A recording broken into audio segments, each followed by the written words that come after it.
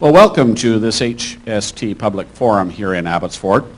My name is Rod Thompson, and I am currently the chair of the board of the University of the Fraser Valley.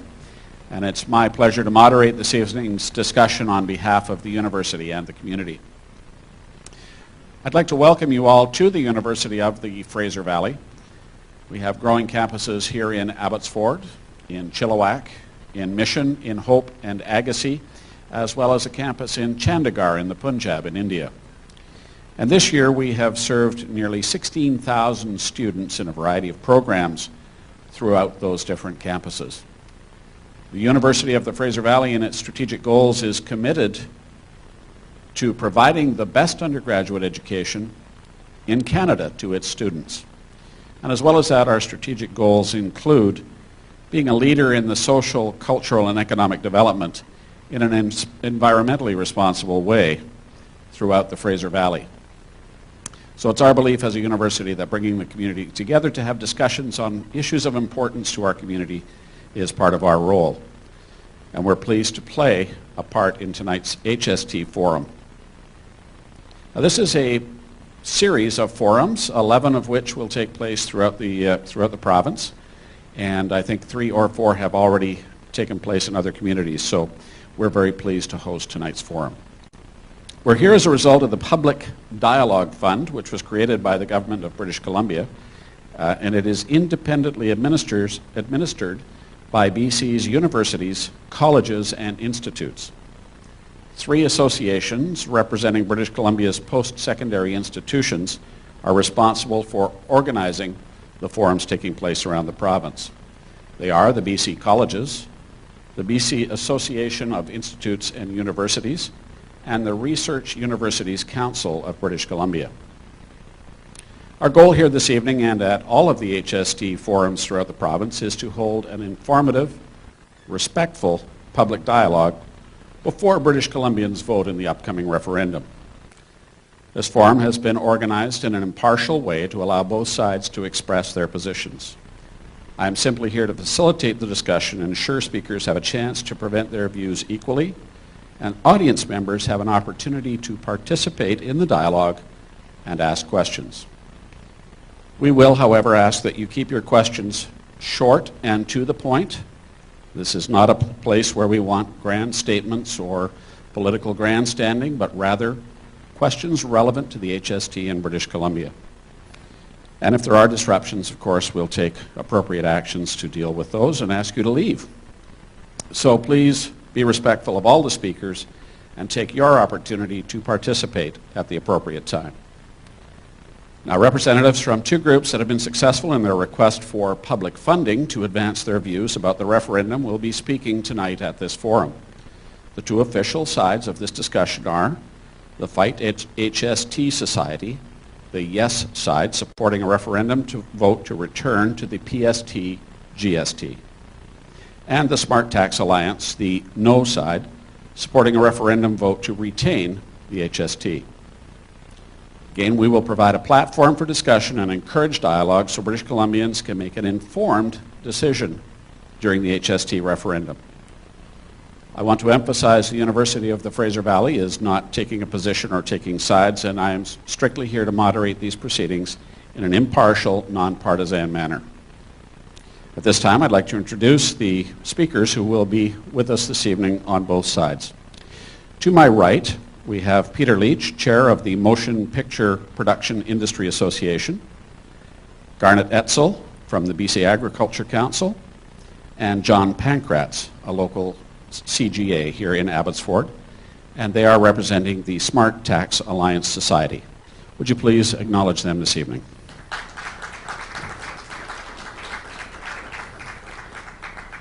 And to my left, representing the Fight HST side of our discussion this evening, Mr. Bill Vanderzam and Mr. Chris Delaney. Would you please welcome them?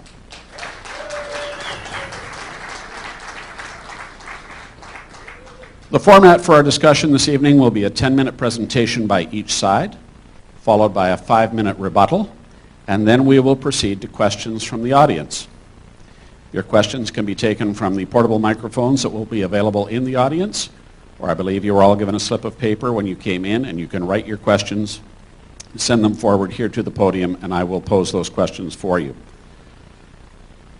So I invite you to address your questions to any one of our presenters that you wish, and then the other side will have an opportunity for a short rebuttal to the question so that we're hearing again both sides of the issue.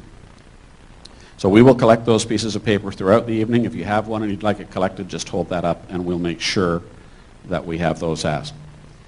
We are streaming this online, and we may have questions that are posed online as well, which we will get to as well. Now, before we get started, I would just like to say that if any of you came tonight and were caught up in the Cirque du Soleil situation, which is happening next door at the Abbotsford Entertainment and Sports Centre, the University of the Fraser Valley will be more than happy to cover your parking for this evening. When you leave this evening, we'll have folks at the door. You simply have to show us your parking receipt, give us your information, and we will arrange to get a refund to you, because we want to make sure that that's not an issue for folks attending tonight. Again, I reminded everyone this forum can be seen on the internet at www.hstpublicforums.ca. And so everyone can hear the discussion. We ask you to set your telephones to vibrate, but we're more than happy if you keep those devices on and send out tweets and your impressions on Facebook or Twitter or whatever you want. And the Twitter hashtag, which I believe is behind me, is #HST Abbotsford. For those of you new to UFV and to this facility, outside our door to the left are the washrooms, just down the hallway. And exits are located to my left here and at the rear of our theater. Well, let's get started, shall we? So the order for tonight's presentation was done by the flip of a coin at the very first forum in Dawson Creek last week, and the sides have been taking turns in order of their presentation since that first coin flip. Again, each side will make a 10-minute presentation, then we'll have 5-minute rebuttals from each side, and then we'll move to questions. So, the Fight HST side is up first, followed by the Smart Tax Alliance. So, Mr. Van der Zandt. Well, Lillian takes me shopping quite regularly now because she'd like me to know just exactly what the problem with households trying to make ends meet. And every time I come out of the store, it doesn't matter whether it's Save-On, Safeway, London Drugs or whatever, I say to Lillian, I can't believe this. How does the average family make ends meet? If you're earning what most people tend to earn at the middle income level, it's got to be tough, real tough. So the government's come along and said, well, we're going to make it a little easier. We'll impose this new tax. It'll cost you $2.8 billion per year, but prices will come down and that'll take care of everything. Well, I haven't seen a price come down anywhere yet, and frankly, I doubt if a price will ever come down anywhere. If it does, I want you to tell me and I'll go there right away. It's impossible. However, we are now fighting the fight to end the HST. We've been at it for 2 years. We were very successful with the initiative vote. We had 700,000 plus people signed a petition to say we don't want the HST. They took polls at the time, and each poll said 85% of the people were opposed. Yet the government continued to stall, to postpone, to delay, I guess perhaps in the hopes that eventually people might simply give up. That's not happening. We are getting great responses. People are still very much opposed for a variety of reasons. And we'll be told time and again, and tonight too, I'm sure, that, hey, it's because it was introduced badly. It was actually introduced exactly the way the government wanted to introduce it. It was introduced on a hot day in July of 2009 when the Braidwood Commission was bringing its report on the tasering at the airport. I watched it, fortunately. I don't always or ever much watch television, but I did that night. And I saw the long explanation of the Commission's report and the impact and the effect of it, and I thought, great. And then there was a brief mention about the Government of Canada having reached agreement with the Government of BC to introduce the HST. And that's when I got upset. I remember that every Premier, every Finance Minister, since the time of Bill Bennett, had been approached by the federal government to take on the HST. And every minister, every finance minister, every premier turned down the request. Every cabinet that dealt with it agreed it's not good for the province, we can't have it. However, it had been adopted in provinces in the Maritimes particularly, and Quebec a little later, although on their terms. But in the Maritimes it was adopted early on, and understandably the Maritimes have long been, they're great people, wonderful, it's a nice place, but they've long been obliged to basically do whatever asked by the federal government, because the federal government is not only the biggest employer, it provides them all the funds to balance their budgets or do whatever needs doing. Now in the Maritimes they took it on, and we said, okay, that's the case, that's why. But we knew then, I guess, or should have known, that the federal government wants a universal tax. And not only do they want a universal tax, they want a universal tax to be equal in every province. And that's where we'll head. Eventually that'll come. And not only that, they want this universal tax to be coordinated with whatever might happen in the U.S. Obama has already mentioned it, but I don't think Obama will have success in putting it in the U.S.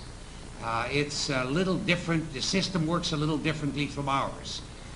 But it's something that they want for the world because it's a level playing field, they call it.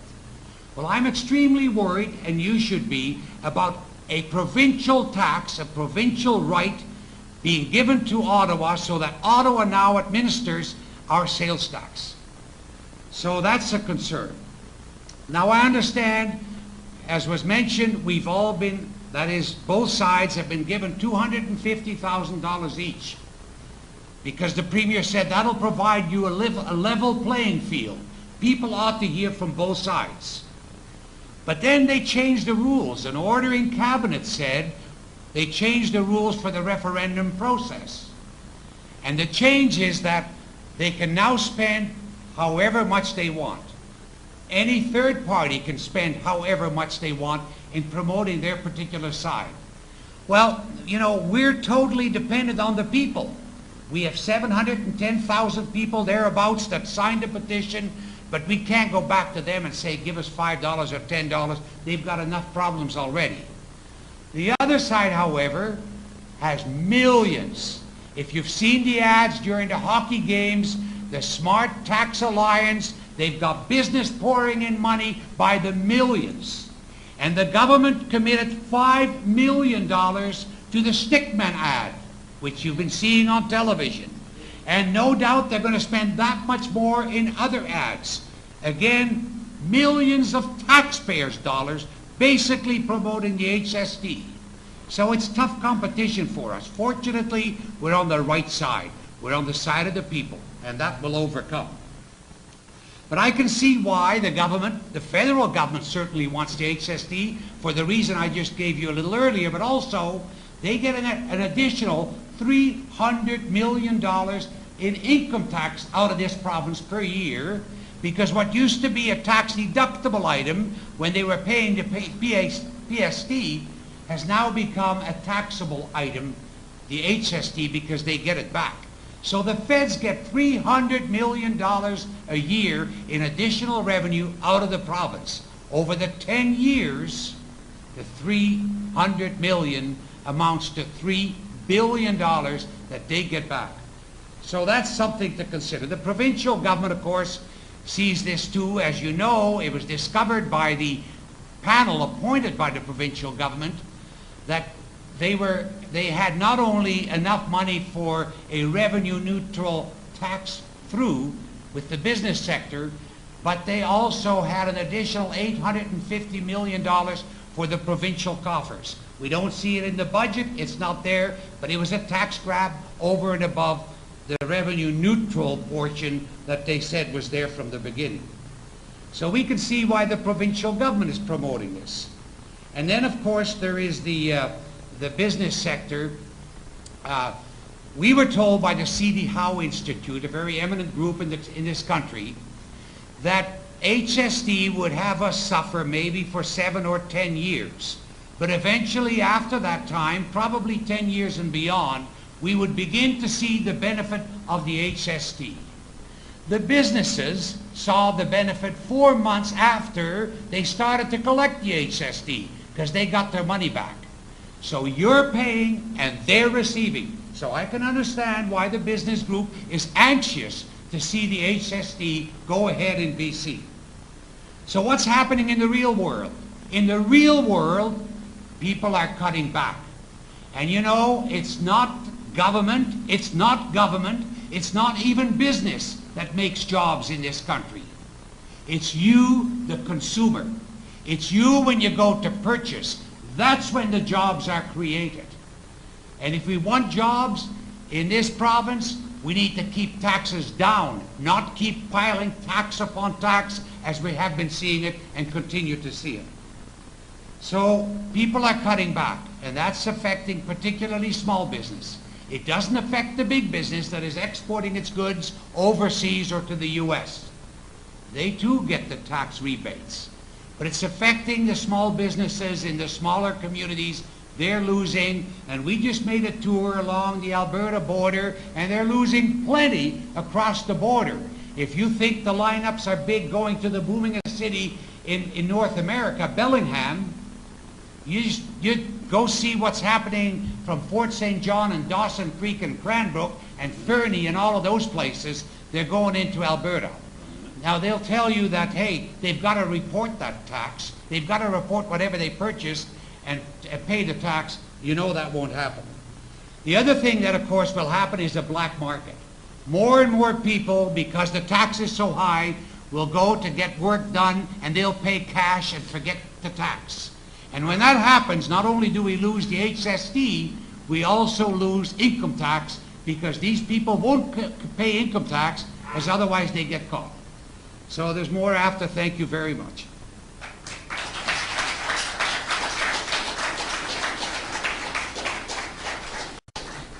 Thank you, Mr. Van der Zam. We'll now turn it over to the Smart Tax Alliance. And who's going to speak first? Mr. Leach? Thanks, Rod. Good evening. Thanks very much for attending tonight. My name is Peter Leach, and I'm a chartered accountant and an employee at a small family-owned business that employs 13 full-time people and another 7 part-time people. We operate 2 film studios, which represents a huge investment in infrastructure to service the film industry. And more importantly, it facilitates 1,000 jobs, 1,000 film workers at a facility. Like many British Columbia businesses, including forestry, mining, manufacturing, and knowledge-based industry, we are competing in a global economy. The economy's changed dramatically over the last 20 years, and the majority of our income comes from our exports. Competition is fierce, and it is critical that we are cost competitive to retain and attract jobs in British Columbia. Without jobs, we cannot maintain our social structure. 70% of your tax dollars go to healthcare and education. So 70% go to healthcare and education. These are things that we cherish, and I think we all understand the importance of this. The other important thing I think we can agree on is that this was the worst introduction of tax policy I think that we've seen in the history of British Columbia. Taxpayers were angry, and the consumers were angry, and they had a right to be. The reason is because they didn't understand the HST. They were not giving information. They did not have input on it prior to it being introduced. That was a mistake. Thousands signed a petition against the HST to voice their anger, and with very little information on the benefits of the HST. In fact, there was a lot of misinformation on the benefits of the HST versus the costs of going back to the GST and PST system. We now all have access to accurate information available on the benefits of the HST system. I think that's why we're here tonight, so that we can learn more. I encourage everyone to read the independent panel report issued on May the 4th. This is available at www.hstinbc.ca. That's www.hstinbc.ca. Keep in mind that this report was prior to the announcements of the enhancements and the lower rates on the HST, which will benefit from all which will be a benefit to all BC consumers. Every BC family on average now, after this is fully implemented, will save $120 a year. So in other words, if we go back to the old GST system At a minimum, it's going to cost you an extra $120 a year. So let's not throw the baby out with the bathwater. My name is John Pankratz. I am a certified general accountant with a practice here in Abbotsford dealing with individual clients, small owner-managed businesses, and we deal a lot with the not-for-profit sector here as well. Question is, how can I sit here and defend the HST? And it's because I believe it's the right thing to do. For seniors, for the poor, and with the new 10% rate, I would suggest for all families right across the province. One of the biggest myths about the HST is that it will hurt families and it will hurt seniors and low-income people the most. And it's a powerful myth that's backed by so-called logic. And the argument kind of goes like this, that families, seniors, and low-income people have the least amount of money, and the HST is a new tax that they will have to pay, and therefore they'll have to spend more and receive less. But I'd suggest the big picture is something quite different. First, there are the exemptions, either to the HST entirely or to the new provincial portion that's been added. Basic groceries, prescription drugs, residential rents, most health and dental services, most educational services are completely exempt from the tax. Home heating, gasoline, books, children's-sized clothing and shoes and car seats and booster seats, diapers, feminine hygiene products have no provincial tax. These are subject to a point-of-sale rebate. And so we're seeing the same 5% now as we did when we were dealing with the old PST GST regime. So how does this all play out? Well, Simon Fraser economist Jonathan Kesselman looked at the big picture with his recent report on the HST, and he concluded that poor households and those with modest income are actually net gainers with this change to the HST world. And that's because the mix of products that make up a household budget are going to be made up of those products most insulated from the HST. And those household budgets, a larger part of those budgets in the low-income families are made of those GST exempt or the type of items that just simply aren't affected with the change to the HST world. And to add to that, the new 10% HST rate, people will have to, the ability to save on products that now are subject to both that 12% PST, GST rate that we were used to, replacing that with the 10% rate. So they will be taxed less. Now that's only part of the big picture because you need to look at the other things that came in with families and seniors and low-income people. There were also tax cuts that were announced when the HST was introduced.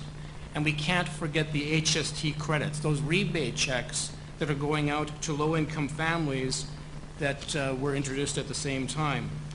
And these have to be put into the HST, GST, PST discussion. For the 1.1 million British Columbians that are getting these checks, any extra taxes they are paying are erased by these credits. And they're left with, extra dollars in their pockets to spend every year as a result. Low-income seniors are doubly protected. They get the HST credits, plus the old age security, the guaranteed income supplements that they rely on. Those benefits are indexed to any increase in prices that may be caused by the HST. The new 10% rate that's been introduced puts families and individuals ahead. Going back to the PST system will cost, as was said, that extra $120.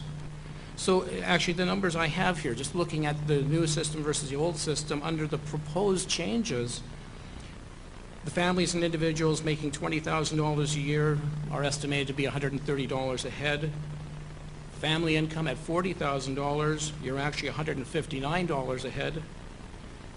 For higher income earners, at $100,000, the family will actually be $61 ahead under this new HST 10% rate program. So the new HST at these new rates, it's a race to challenges and the costs that are there for all but the richest of British Columbia families. And this puts more money into your pockets, to family pockets. That can be spent in the local economy, local stores. And at the same time, it also gives BC small, medium, and large businesses a powerful tool to invest in jobs and equipment. With respect to the HST and business that I'd like to address a few comments. You know, another false argument leveled against the GST, and we heard it this evening, is that it's bad for small business. Critics argue that the tax will drive away business. They say it will force companies to go underground, and they claim that it is cumbersome and complicated for business to deal with. I would like to call them wrong, wrong, and wrong. The HST is the biggest improvement to the tax system since the PST was introduced, and I can speak for the sector that I'm involved in, agriculture. It is the best tax policy that has come along in 10 years. Again, critics are relying on misleading logic. The logic goes like this: HST is higher, therefore people have less money to spend. Therefore, it is going to drive business bankrupt. The real economic figures after the HST was implemented tell a very, very different story. Just this April, the Conference Board of Canada reported that British Columbia has the highest consumer confidence in Canada. Our retail sales remained essentially unchanged in the 6 months after the HST came into effect. And the unemployment rate is almost exactly the same last month as it was before the HST came into being. It's not the economic Armageddon predictions made by HST opponents. But what about individual businesses? How is the HST impacting them? You know, most businesses are happy with the accounting changes. The anti-HST folks have made the outrageous claim that it's more cumbersome. I ask you, how on earth is going from preparing 2 sets of tax filings and audits every month to preparing only 1 more cumbersome?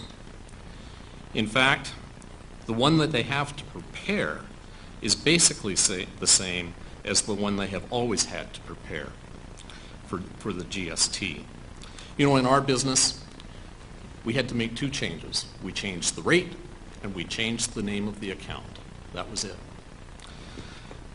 You know, unless Webster's has swapped the words cumbersome and easier in the dictionary, I have no idea what the anti-GS or HST folks are saying.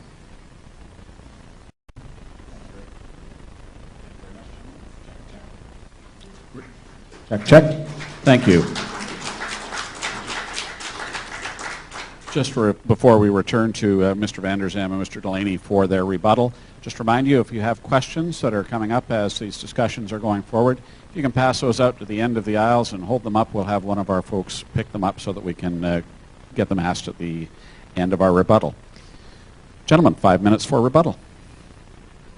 It's come as a tremendous relief to all of you sitting here to realize that the pain that you're feeling from the HST, the additional cost that you have to pay, the burden that it's placed on you is all a myth. The pro-HST side, which, as Bill pointed out earlier, stands to gain millions of dollars from this tax, billions of dollars, has figured out, theoretically and through their economists and through their calculations, that all those costs that you're paying are just a myth. That's wonderful. Well, let's deal with some facts.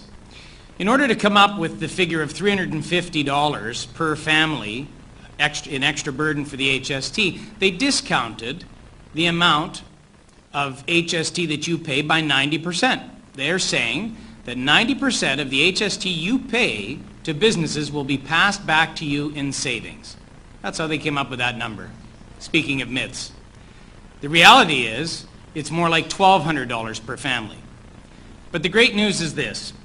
The Premier herself, 3 weeks ago, or 2 weeks ago now, announced changes to the HST. It was a full admission that the HST does not work, that the HST is a burden on people. Why would you rebate money to people that you've just taken from them if the tax itself is such a terrific thing, creating jobs, reducing your burden, lowering costs for everybody? Why would you do that? You would only do that because you know it doesn't work. So we're no longer debating anymore whether this is a good tax or a bad tax. Both sides agree it's a bad tax. What we're debating is what we do about it. How do we fix that? The government says, well, we'll cut 2 percentage points off of the tax. Now, they know full well that they're applying the tax to hundreds of more items and services than it was before. But the ads, when you listen to them, you would think that it was actually less than the PST and the GST. But they think we're all stupid.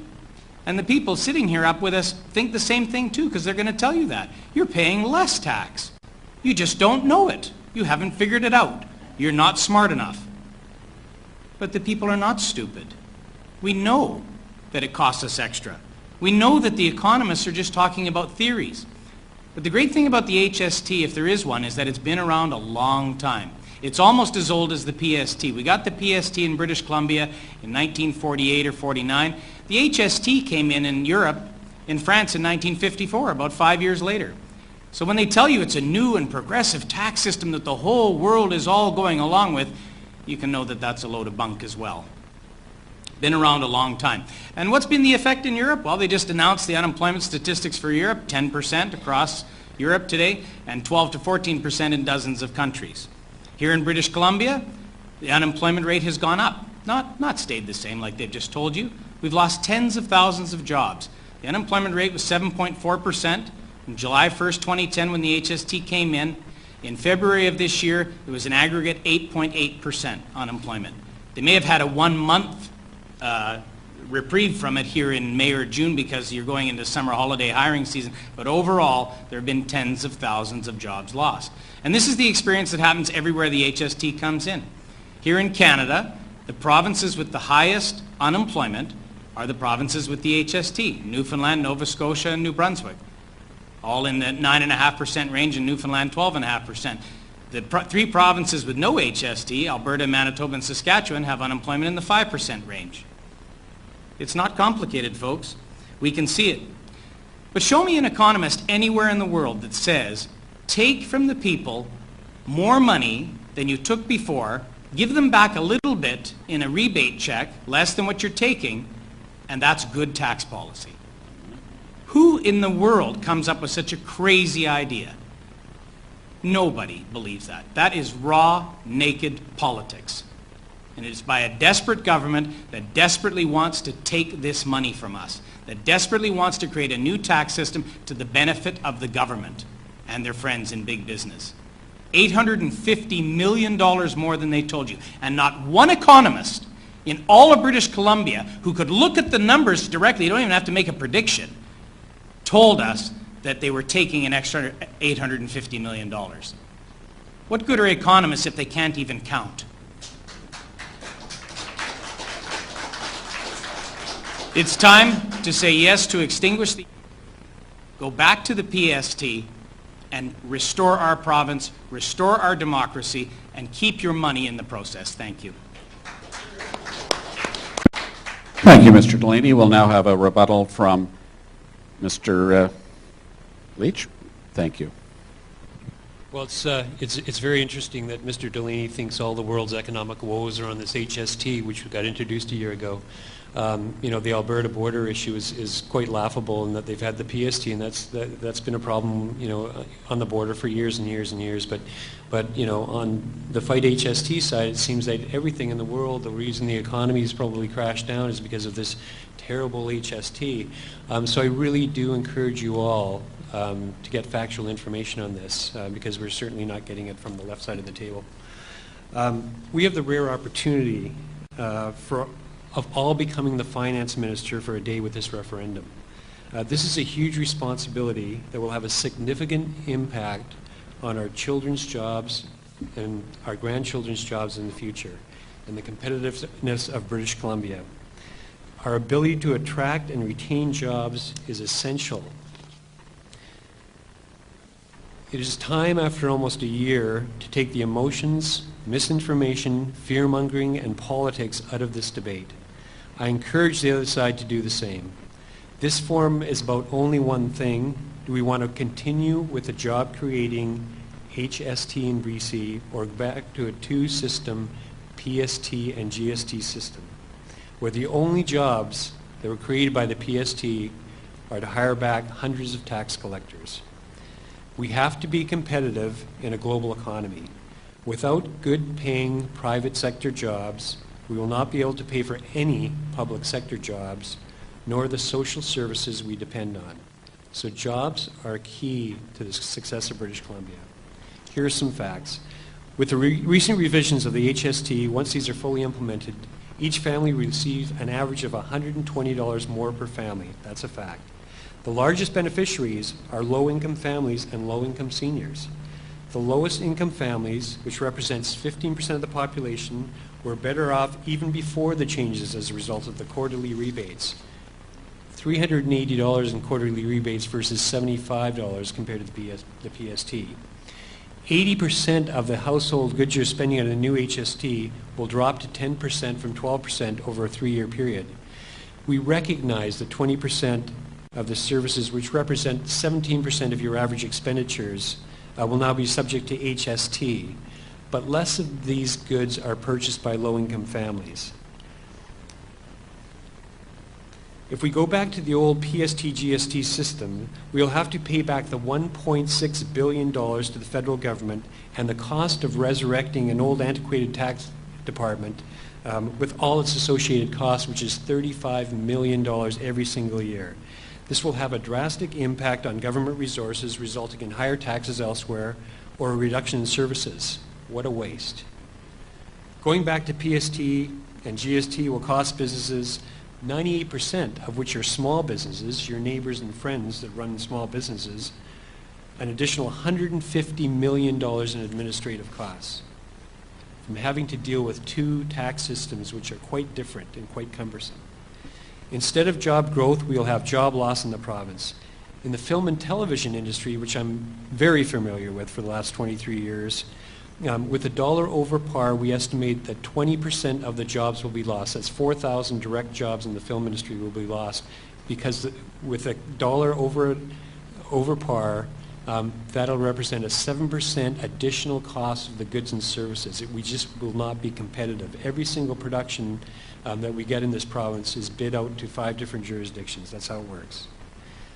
Low-income families will lose the HST rebate, which again has 3 times the rebate under the PST system.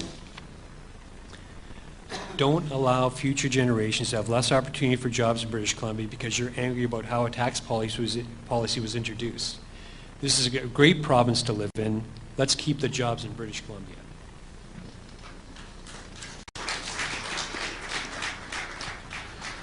Thank you, Peter. And now we'll move to our question period, and we have a couple of ways to do this. I see that Lisette is bringing me the questions that you have passed to the aisles for response, and I'll start with those.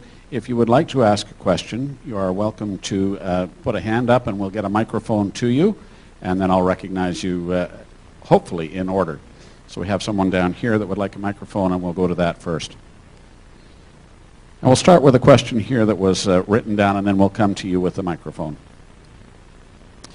Why do the smart tax promoters say the HST is 10% when everything, sorry, I'm having trouble with the writing here. Oh, everything I buy is 12% HST. So smart tax, 2 minutes. Why do smart tax promoters say the HST is 10% when everything I buy is 12% HST? This is how it works right now. The HST is at 12%, and it's going to go down to 10% over a 3-year period. The reason it's a 3-year period is we can't change the original agreement until July 1st of 2012, so then it's dropped by 1%. In the interim, low-income seniors get a $175 rebate, any senior making $40,000 or less, and also everyone with a child that's 18 or under gets $175 per child. And that's a transition payment to get us through because we couldn't make the change until, the government couldn't make the change until 2012. The reason the next point doesn't drop down until 2014 is because every point that we drop, there's a cost to government of $850,000. to avoid going into a greater deficit in the budget, in other words, to balance our budget so that we don't pass on debt to future generations, they had to delay that till 2014. But by 2014, everybody will be paying 10% under the HST system versus 12%. Mr. Leach, just a question there. You used the figure $850,000 for each point. Oh, sorry, $850 million. Thank you. Thank you. Mr. Van der Zand, Mr. Delaney, a rebuttal? First of all, you don't solve budget problems by simply imposing another tax, number one. Secondly, the agreement, they can't change the rate that they're charging now because it's a federal tax. The federal government decides what the rate, or if they'll approve whatever the rate the province wishes to impose. So it's actually the Quebec and Ontario politicians, they're in the majority, that decide for us as to how much tax we pay in the province. And also, you need to know that this is a promise. This is a 3-year promise. The government may not be there, or there may be something else happens that requires the money. Now, they have problems with this promise, and I'll be kind. They didn't really tell us, give us the truth when they first introduced the HST. They said they weren't going to do it, and they did it anyway. So they weren't being very truthful. And then they said it's revenue neutral. Well, now we found from the government panel that it's not really revenue neutral. And then they said it's going to create jobs. Well, we now found out that it's not going to create all those jobs that the government was telling us. So they've not been very truthful throughout the process, and the problem they'll have is trying to convince people that don't believe the government's promises for tomorrow or next week to believe them for 3 years from now. They'll have a problem. Thank you, Mr. Van der Zand. And we'll take a question from the audience, please, and again, to the point and as brief as possible to allow everyone to speak. Okay, I'd like to ask, I think it's the gentleman on the end who stated that small businesses won't leave, won't go underground, that it's all untrue. I have a 26-year-old daughter that had a small roofing company in Squamish who now lives in Alberta. So I'd like to know, sir, how many companies like my daughter's small business, small roofing company, have left British Columbia since the tax was introduced, how many of them now reside in Alberta with their businesses, and how many tarps you see in your neighborhood on the roofs of the houses that can't afford to have a roof done. Well, I can tell you that when the GST came into being, everybody said that business was going to go underground. And there were a few that sure, they absolutely did go underground. And they got caught. There's a pretty effective audit process that is in place. And if a business is going to stick around and be legitimate and it tries to avoid the tax, it will get caught. Mr. Van Zandt, Mr. Delaney. The HST, one of the terrible effects of it is that it actually turns honest people into tax cheats, because many businesses cannot afford to operate with the HST because things like home renovations, roofing repairs, those types of things are the first things that go underground. And even Peter Simpson, who is the head of the Greater Vancouver Home Builders Association, said it's clear that the HST will drive an already underground business, the home renovation and construction business, even more underground. This has been the effect everywhere this tax comes in. And Bill pointed it out earlier, jobs are not created by businesses, they're created by consumers.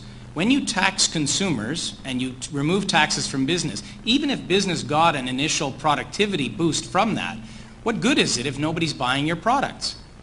You're going to warehouse them all? You have to sell them. So when you transfer that tax burden on to consumers, they reduce consumption. And demand goes down, so productivity automatically goes down. If you want productivity to go up, you reduce consumption taxes. The HST increases them, and that's why it's a bad tax. Thank you. Next question we'll take was written from the audience, and this is to you, Peter. Will the film industry leave BC if the HST is cancelled? And if not, why not? Well, that is a good question. And what I said before was that the industry would be severely impacted, and I estimate that at least 20% of the business would erode if that happens.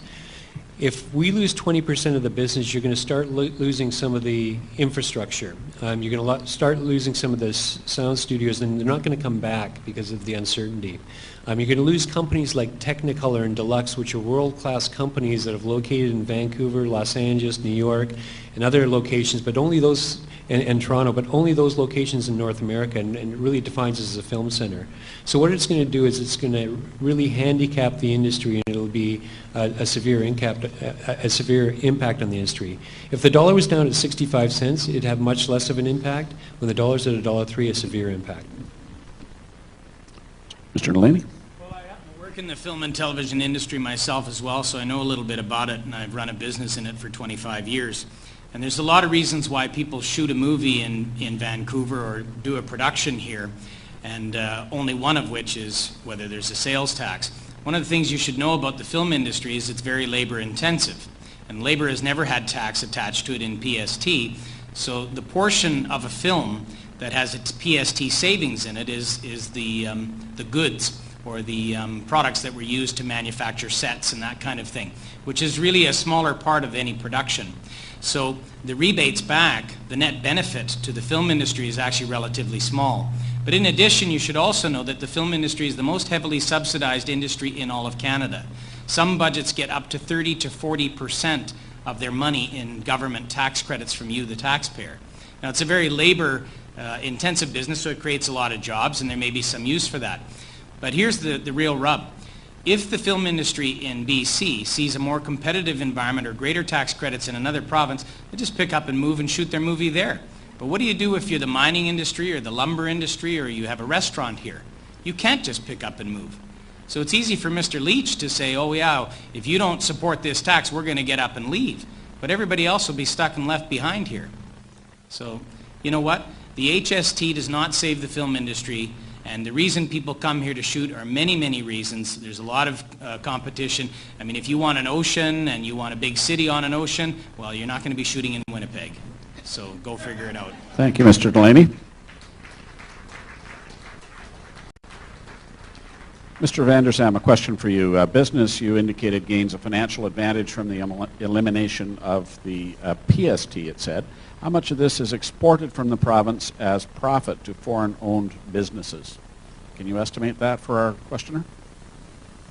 No, I can't give you an estimate, but I do know that a lot of the companies, big companies in our province are resource companies. And if they're resource companies, they're mining for copper, for gold, or whatever. They export the ore to someplace to be milled, and they're not going to be leaving us. And if there's a tax they paid on something in the process, incidentally, under the PST, all manufacturing equipment was exempt anyway. But if they're paying a tax on a computer now or whatever, their cars or whatever, then obviously that gets added into the price that they sell the copper ore for, and whomever the purchaser in China or the USA pays it in the price. Now it's you, the people, that'll be picking up the tab for that. You, the people in the province. No longer will the company in China buying the lumber or buying the ore pay the tax. It's now shifted to you, the consumer, locally. There's a limit, folks. I think most people have reached the limit. This is the straw that breaks the camel's back.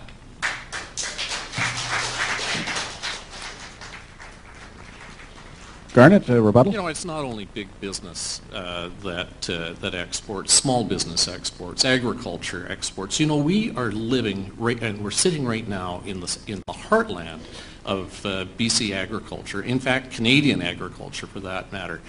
Abbotsford has the highest productivity per acre than any other area of Canada, including the Niagara Peninsula.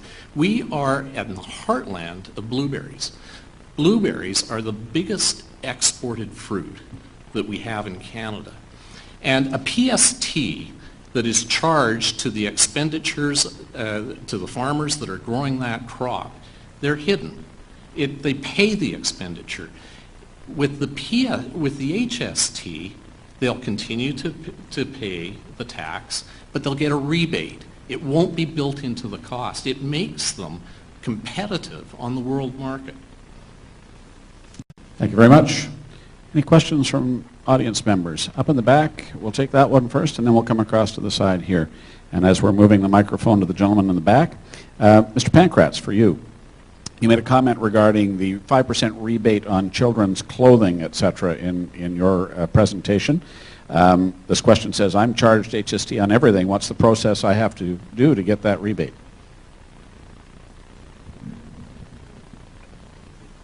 The rebate is at the point of sales. You're charged on the children's size clothing. The change between the old regime and the new regime was that in the past, under PST, you signed a declaration at the till saying this is for someone 16 or under. The new rule where you do get the rebate is going to be on the children's sized clothing. They took the age component out. Now, I'm a person who, my son passed me at 12 years old, so I know what it's like to have big kids. So, you know, that is definitely an anomaly here. But one of the things I have noted, and because I'm shopping for grandkids now, and fortunately they're 2 and 4, they are children's sized clothing still. But I've seen major retailers charging the full 12%, and they're not doing it correctly. This is a problem with the tills at the store. And if you're finding for children's size clothing that you're paying 12%, something is wrong. That's a problem with the retailer. It's you know, not an issue with the tax as much as it is with the retailer that you're buying from. Talk to them about it.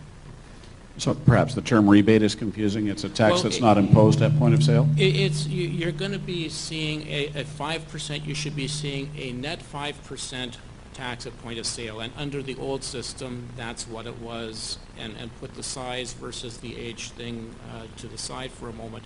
You should be in exactly the same spot in both worlds. So be cautious and review your billing. Gentlemen.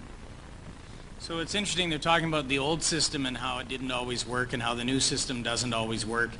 And they were talking about blueberry farms, right? Well, if you know anything about farming in British Columbia, and Bill and I are both farmers, you had a PST exemption number, so you didn't pay PST on goods that you purchased for farming. Now, it wasn't always applied properly. The government sometimes didn't allow, or they would come back and hit retailers for giving it to you, so a lot of retailers were hesitant to give it to you. But on the major equipment and stuff, I never paid PST on that.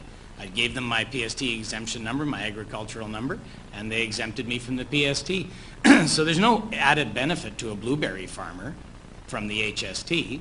If he wasn't getting those PST exemptions that the province was supposed to give him, then the difficulties with the bureaucracy in Victoria, and we've just heard, they don't do it properly even under the HST. So what guarantee do you have of that? Thank you. And if we could go to the question at the back. Mr. Van der Zelt, Mr. Delaney, I'm a dairy farmer in Agassiz. HST is positive for the dairy industry. It's positive for all farm industries. And can you please explain to me, under the old PST system, how am I supposed to get the concrete PST back on my, there was PST on concrete, PST on tin, there was PST on gravel, there was PST on just about everything I purchased other than direct agricultural products. So if you both profess to be active farmers, please can you explain that to me? Well, first of all, you obviously must have applied for a farm card. If you had a farm card, you would use that to make your purchases. But also, while we're on that topic for farmers, I heard it said that the process is so much simpler now. I grow nursery stock, plants, trees. So I under the PST, I sold those trees to a wholesaler. And the wholesaler gave me his PST number, his PST exempt number. Then the wholesaler sold to a retailer, and the retailer gave the wholesaler his PST exempt number. Then the retailer charged a tax and submitted it. Now we have to charge HST at the grower level, then HST at the wholesale level, then HST at the retail level. So there are 3 transactions as opposed to 1. And that's why they've had to hire so many extra people in Ottawa to charge a tax that is now 12% as opposed to 5%, but they need the same amount of staff even though it's only a computer change. It's because of so many more people having to report. And a rebuttal from the Smart Tax Alliance? Well, I'll tell you that it's been a long time since Bill farmed, obviously, because the fact of the matter is that it's a $20 million benefit to the agricultural industry in terms of the HST versus the PST. And that exemption list was an antiquated list at best. It was hard to, as technology evolved, it was hard to get new technology put onto it. You're absolutely right. The principle when it was first brought in, the principle was that there should be zero tax on food production. That is not what it evolved to as agricultural technology evolved. You want a rebuttal to that secondary question? Yes, Mr. Vanderzalm. I can show my farm card to every single concrete operator or people that sell me the sheet metal or a whole host of other things. The vehicles I buy specifically for farm use, pickup trucks, I have never gotten a dime of PST back on any one of those. So this tax helps all of agriculture. This is a major area for agriculture here in the Fraser Valley. We need a strong agricultural community to survive here. Beginning to sound like a statement, not a question, so I'm going to ask you, you had an opportunity on your question. Thank you. If you'll give the microphone back. Thank you very much. Question here to the Smart Tax Alliance. According to Mr. Falcon, I guess this is a reference to Minister Falcon, corporations will not be paying an increase of 2% because the same day the feds are reducing it 1.5%. How can that be? I'll address that. There is in place a tax reduction of corporate taxes federally. Okay, so there's going to be a 1.5% reduction in federal taxes corporately. That has nothing to do with the reduction or the addition from 10% to 12% of the corporate tax. This is an additional tax they would otherwise not have to pay unless British Columbia raised the tax. So in other words, the federal tax is going to be reduced regardless, and that's across every single province in Canada, where the corporate tax is going to be raised in BC from 10% to 12%. Gentlemen? Well, you know, it was interesting when we first started these debates in Dawson Creek, the government had not come up with their little concessions yet for us, so we were talking about the HST as it was originally proposed, and the Smart Tax Alliance was making the argument that businesses don't pay taxes because they pass them on to you, the consumer, in the price of the goods. But now they're telling you, when business taxes go up, that businesses will pay more and you'll pay less. Well, you can't have it both ways. If you increase the corporate tax rate by 2%, then businesses will add 2% onto the cost to you, and you will pay that tax too. So there's no benefit to us by adding taxation to the business sector. And we're not against rebates for businesses. We're against passing on the benefit from business onto the consumer and impeding the economy to businesses by impeding the consumer. It's not rocket science. If you want to see what we're talking about, just look at Alberta. There's no PST at all, no HST, so business doesn't pay the sales tax, neither do consumers, and their economy's booming. We've got 1.5 million more people than they do. We've got greater diversity of resources, better climate, better province to live in, and you're telling me we can't compete with Alberta? We've got to have this crazy tax? Come on. And I think we had this lady down about 3 rows, I think, was next in line, sitting in front of Mr. Van Dongen there. We'll take a question from the audience. Just right there? Yep. My concern is about the integrity of the voting system itself. What guarantees, I'm just not clear on what happens. It's a mail-in vote.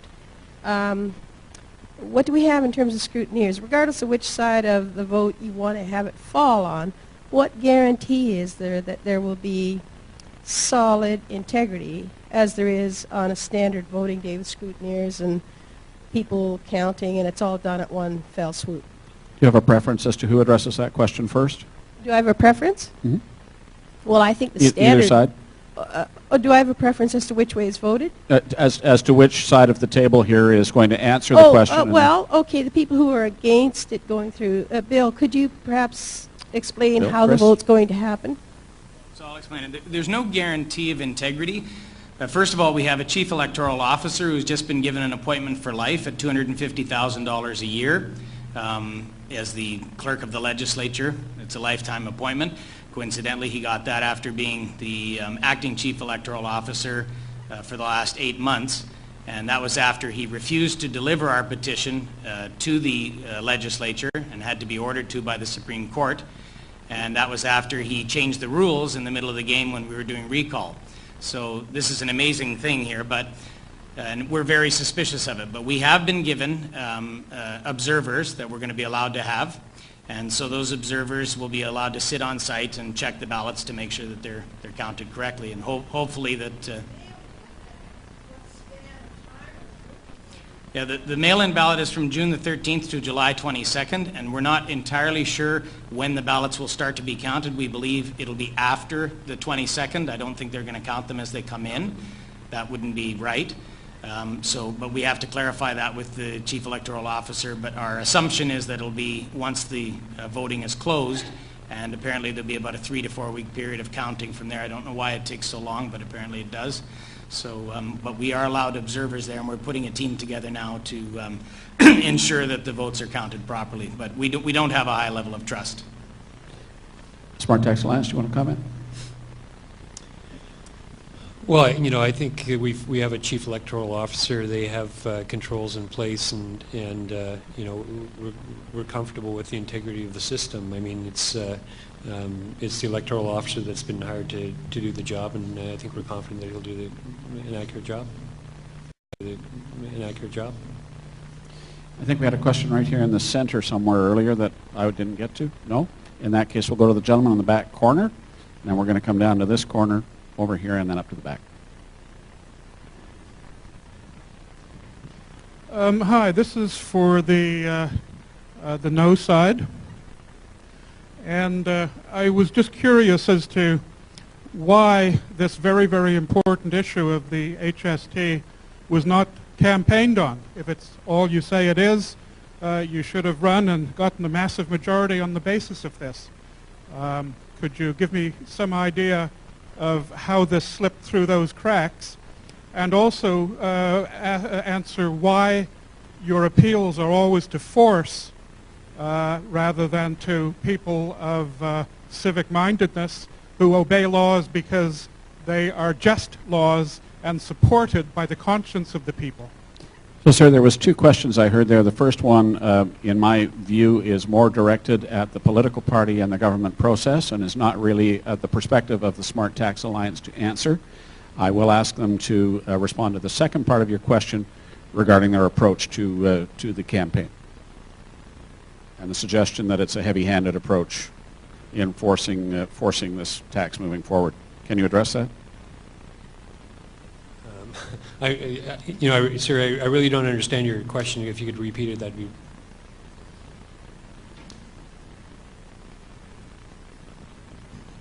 I believe that the provincial government has taken a vacation on this tax. It's provincial responsibility to handle this sort of taxation. And letting it go to a senior level of government is abandoning your duty to the people. Now, what I'm concerned about is that this tax... Sir, if you could a direct question to the Smart Tax Alliance for answer. Yes, to the Smart Tax Alliance. Why is it that every appeal, every statement you make in support of the tax ends up being, we will enforce it at the point of a gun? This is, we will enforce it with the might of government. You are not appealing Sir, to my sensibility. if I may, that's certainly not the tone that I've heard in our discussion tonight, and I don't believe that there's a question in there. So we're going to move back across the room. This gentleman in the corner with his HST button on, if we could bring the microphone down there. In the interim, I will ask the question that was provided by the audience for the Smart Tax Alliance. In early 2011, our province was the only province in Canada that did not experience an increase in retail sales over the previous month. Could this be attributed to the HST?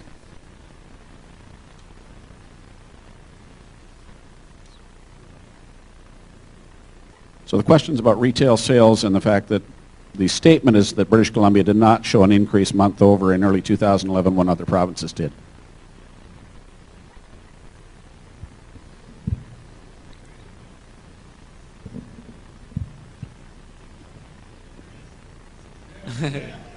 Well, you look at a question like that, and there are an awful lot of factors that are going to impact what the retail sales look like.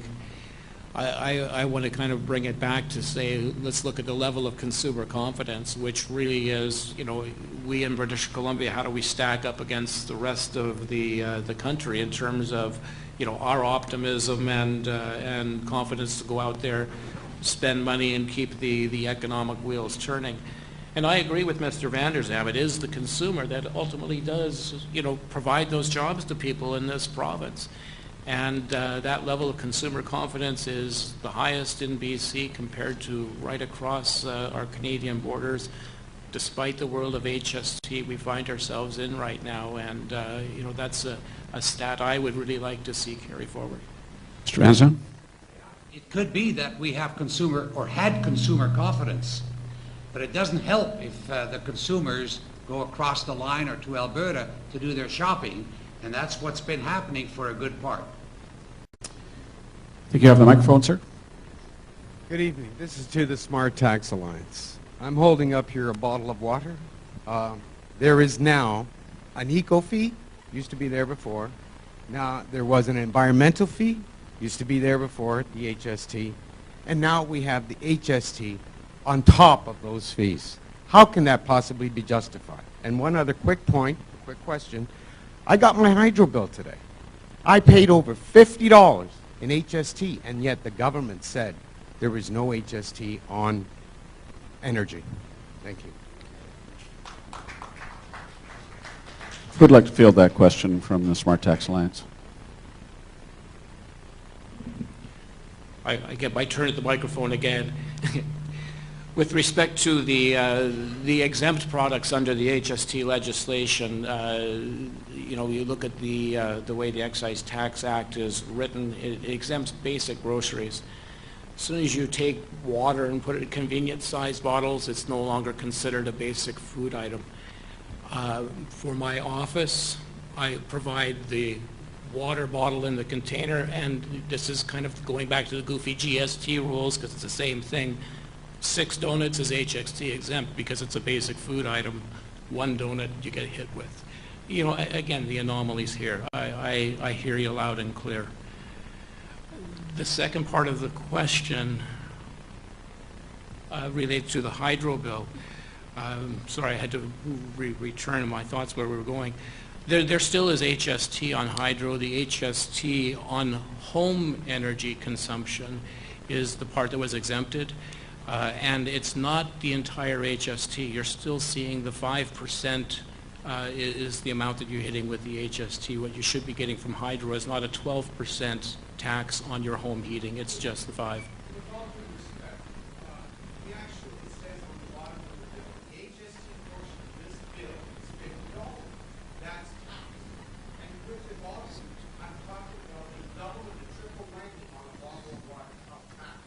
Well, I think you asked your question, sir, and I think Mr. Pankratz answered it to the best of his ability. Mr. Delaney, Mr. Vanderzam? Well, very quickly, you need to look at that bill again, sir, because you're also paying HST on the carbon tax. So there's a carbon tax on your hydro bill, and you're being charged an HST on the carbon tax. Okay. I think we had somebody over here that had a question. Sir, we'll get you a microphone. Down to the point where, with our time, we have room for 2 or 3 more questions. So if you have a question, we'll come here and then up to the back. Thank you. This question's to the Smart Tax Alliance, and it's in conjunction with a quote here from, I'm reading from the Globe and Mail last spring. The former finance minister joins outcry against HST, Carol Taylor, Campbell's ex-finance minister. And to quote, this particular tax takes the tax off of businesses. It takes $1.8 billion off of businesses and puts it on consumers. And as we know, that that famous quote of hers is not on her watch. We don't see her there any longer. Now further, there's a government report here that was just published, further stating that it is not revenue neutral, but a further $800 million. Now, unless I'm wrong, I think that adds up to $2.6 billion. My question is, what is the benefit, without the arm waving, 3 years from now, 10 years from now, what is the benefit to the individuals in British Columbia of this tax shift of $2.6 billion? What are they? What are the benefits? Gentlemen? How are people benefiting right now? Well, I think, sir, your comments were before the changes in the HST, and now that the HST is now going to be reduced to 10%, there's going to be a net savings to family of $120 a year. So Carol Taylor was very pleased with those changes because that was her concern. You've asked the question. Let's listen to the answer, please. Here's I think the other important thing. The government is running a deficit right now, which means they're spending more money on health care, education, and transportation and other goods and services. No, it's true. They're spending more money now than they're bringing in. Okay, that's a fact. If you want to go back and create either a bigger deficit and lose jobs, because HST is job creating, PST is job killing, it's a significant difference. If you want to have jobs for future generations, I'm not sure if you're concerned with that, but this is what's going to create jobs for British Columbians, is a competitive tax policy, and that's what the HST is. Mr. Delaney? Yeah, I don't know if Peter Leach realizes it, but he's just kind of admitted why they brought in this HST, right? They're spending more money than they're taking in. Well, guess what? That didn't just start. They've been doing that for 10 years. They've added about $30 billion to the overall debt of British Columbia, and they've been doing it on all kinds of projects, and these are political things, but the bottom line is it relates back to the HST because it's a tax grab to pay for their mismanagement. The opportunity we have here is to get rid of it entirely and say to them, you must stop. If every time government mismanages itself and blows our money, we say, okay, we'll give you some more, then we will get that kind of bad management. Doesn't matter what government stripe, by the way, you will get it forever.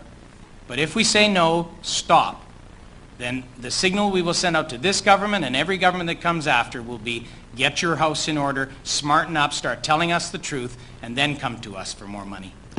Thank you. I have two speakers, one here. Our next speaker's here. And then gentleman in the back, you're next on my list. Good evening. My question is to Mr. Van der Zaan. I'm a small business, and I crunch numbers the same as John Pankratz. We have some clients in common. My question to you is, how is it that one tax that was the same percentage as it was before it was made, the HST, is responsible for all of these woes when we're in the middle of the worst economic crisis the world has seen in a long time? What percentage of the problem would you attribute to the world economic crisis versus a change in tax? Sure. You don't insure against an economic crisis by imposing another burdensome tax. Everyone agrees it's the consumer and consumer spending that makes the jobs and that creates the economic activity. When you take $2.6 billion away from the consumers, it's going to reflect on their purchases. They're going to have to cut back someplace.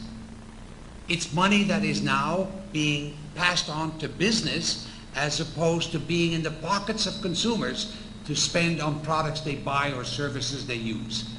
So another thing I should mention while at it, Mr. Leach talks about 10% tax.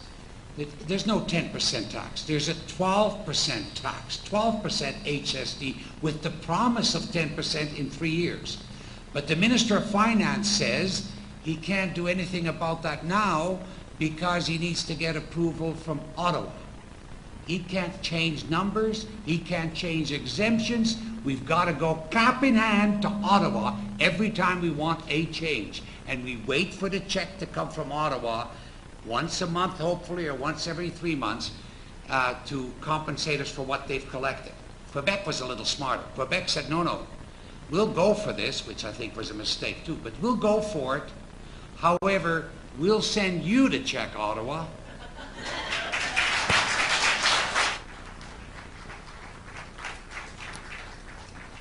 like to address that question?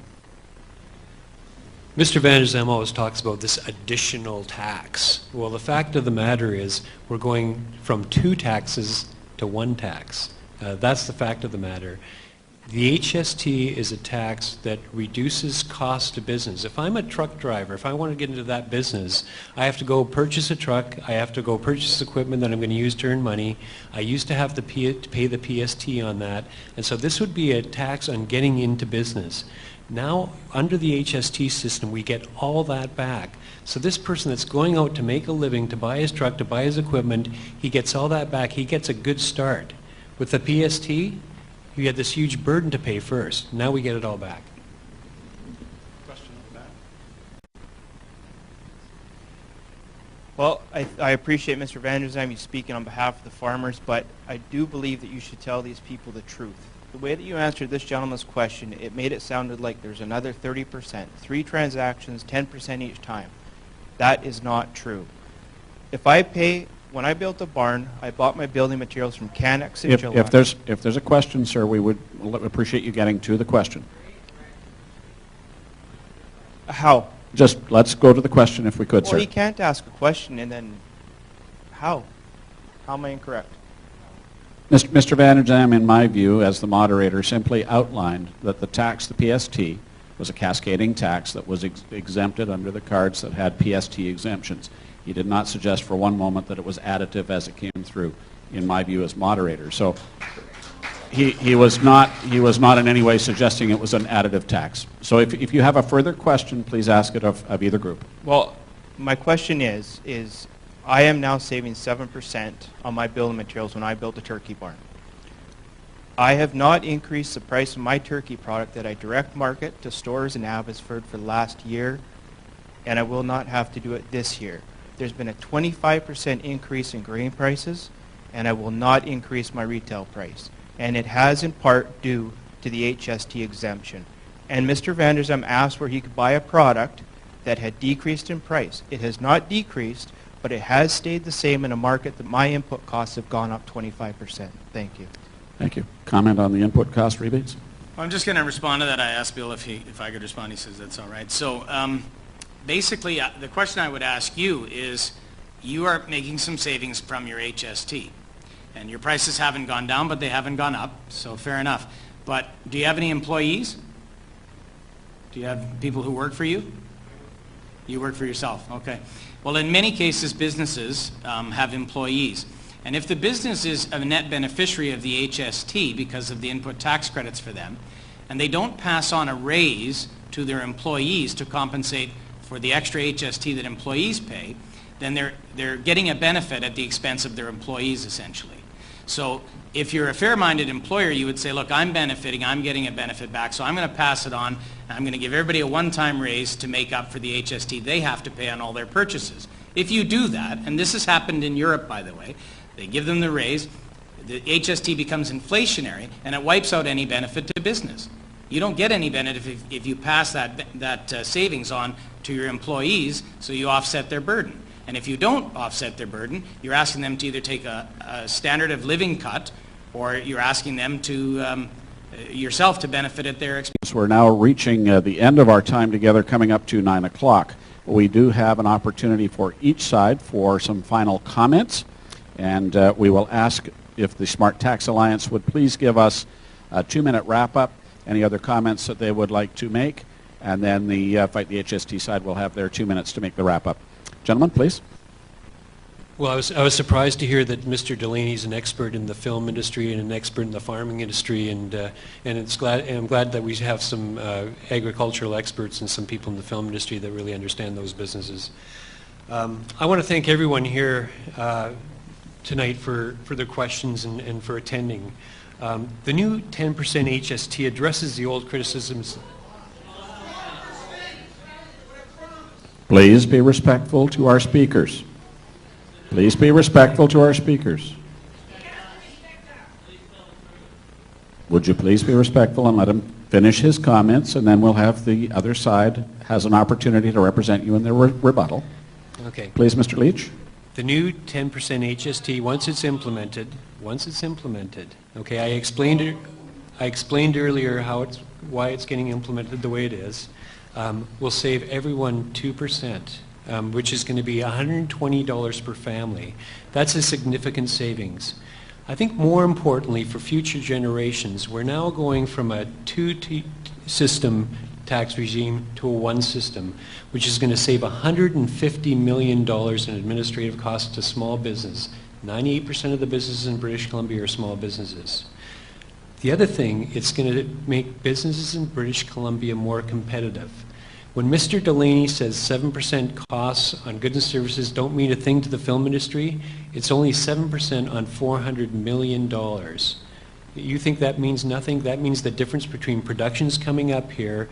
We have a production called Superman, which is a feature film being shot up in British Columbia, which is going to employ 850 British Columbians. That picture would not be here without the HST. And the president of 20th Century Fox had that discussion with me. So that's how important it is for our particular industry. We have 4,000 employees at risk that will be out of work if we go back to the old system.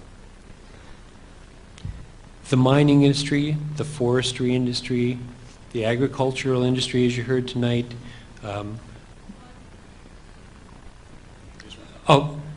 all these businesses are going to benefit. What that's going to do is make British Columbia more competitive. It's going to bring more jobs to British Columbia, and it's going to fund the social services, the health care, and education that we all come to expect and demand. Thank you. Thank you, Mr. Leach. Mr. Van der Zaan? So I would question the $120 figure because, of course, again, it's probably based on you getting 90% of the HST you pay during the course of a year back in lower prices. That's where they base their figures, which is a fallacy. But if you did save $120, you're going to pay for years to have the saving. It's going to cost the province, you, the consumer, $24 billion over 10 years.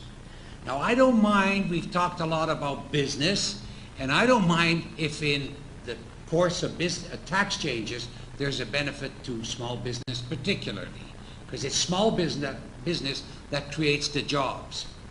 What bothers me is when I see the barge loads of logs going out of Kitimat, or the truckloads lining up at the border with raw logs to go to the U.S. to be milled and made into 2x4s or boards, and these guys are getting a tax rebate, they're getting their money back. Or when I phone my cable company because I have a computer problem, and some guy in Nova Scotia or Prince Edward Island answers the phone. That's no jobs in BC, but we're having to rebate this man the tax he pays on equipment that he buys for the cable company. Or General Electric, a big American corporation, doing these run-of-the-river hydro projects, selling power to BC Hydro at more money than BC Hydro can sell it for. And we have to rebate tax to General Electric to do that? There's something drastically wrong with all of this. But what I've learned during these meetings is that people are very upset with the way that the government has dealt with it. True. They haven't been truthful. They haven't been upfront. That's been mentioned a lot of times. Folks, we have a chance now to do something about it. We can tell the government there's a process now where you, the people, have a say. The first time ever in this province, the first time ever in this country, that you have a say. And the message to government for the future, regardless of which the government, regardless of what its stripe, is when you make a major tax change like this, that'll affect us, our families, forevermore, come to us first. When you give away a taxing right, a provincial taxing right given us constitutionally by means of some crazy contract to Ottawa, then come to us first. Thank you.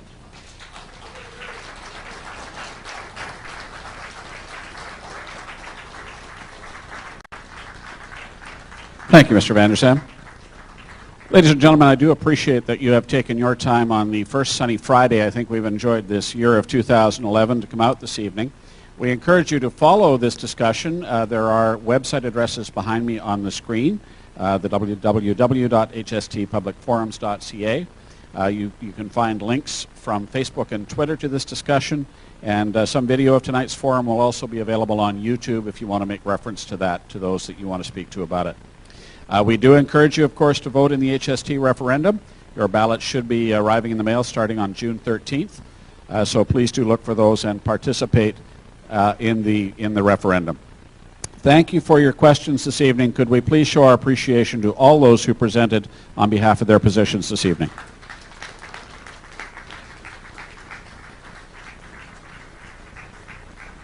Thank you once again, and do have a safe time home this evening.